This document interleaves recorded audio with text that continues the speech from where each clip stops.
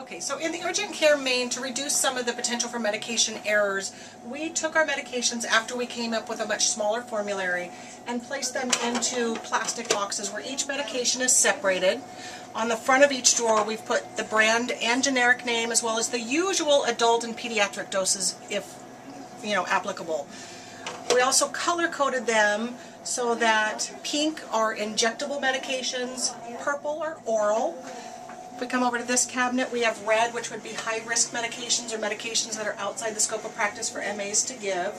And then we have blue, which is our everything else, the orals, the eye drops, ear drops, topical ointments. We've tried to keep everything condensed down. We have backstock up above. The larger items that just won't fit in the drawers are neatly on the side of the drawers. So far, I did an order today and found that inventory was much easier. I knew what was missing and what wasn't missing because it's labeled.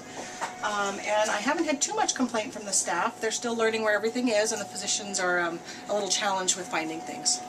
Now, what about narcotics? What have you done with narcotics? Narcotics are still kept in a locked cabinet. I also have labels made for them, but I have not yet figured out how we're going to put the plastic boxes with the labels inside the locked cabinet.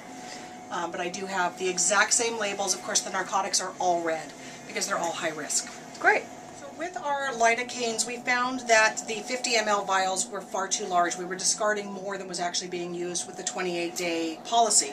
We've gone to 20 ml vials. I still do discard some, but substantially less than we were doing with the 50s. Likewise, on other multi-dose vials where we could do single dose, we have moved to those as well just to reduce cost. We did most of our work at these on immunizations because we were finding like little mystery vials. Especially things like we would find one of the Hib powders, and there'd just be an X at the end of the box. So we knew that at some point a child didn't actually get their Hib vaccine. So we just labeled ones. We tried to put little stops on ones that you had to mix. And just like Tristan in urgent care, we put the routine ages the vaccine was given.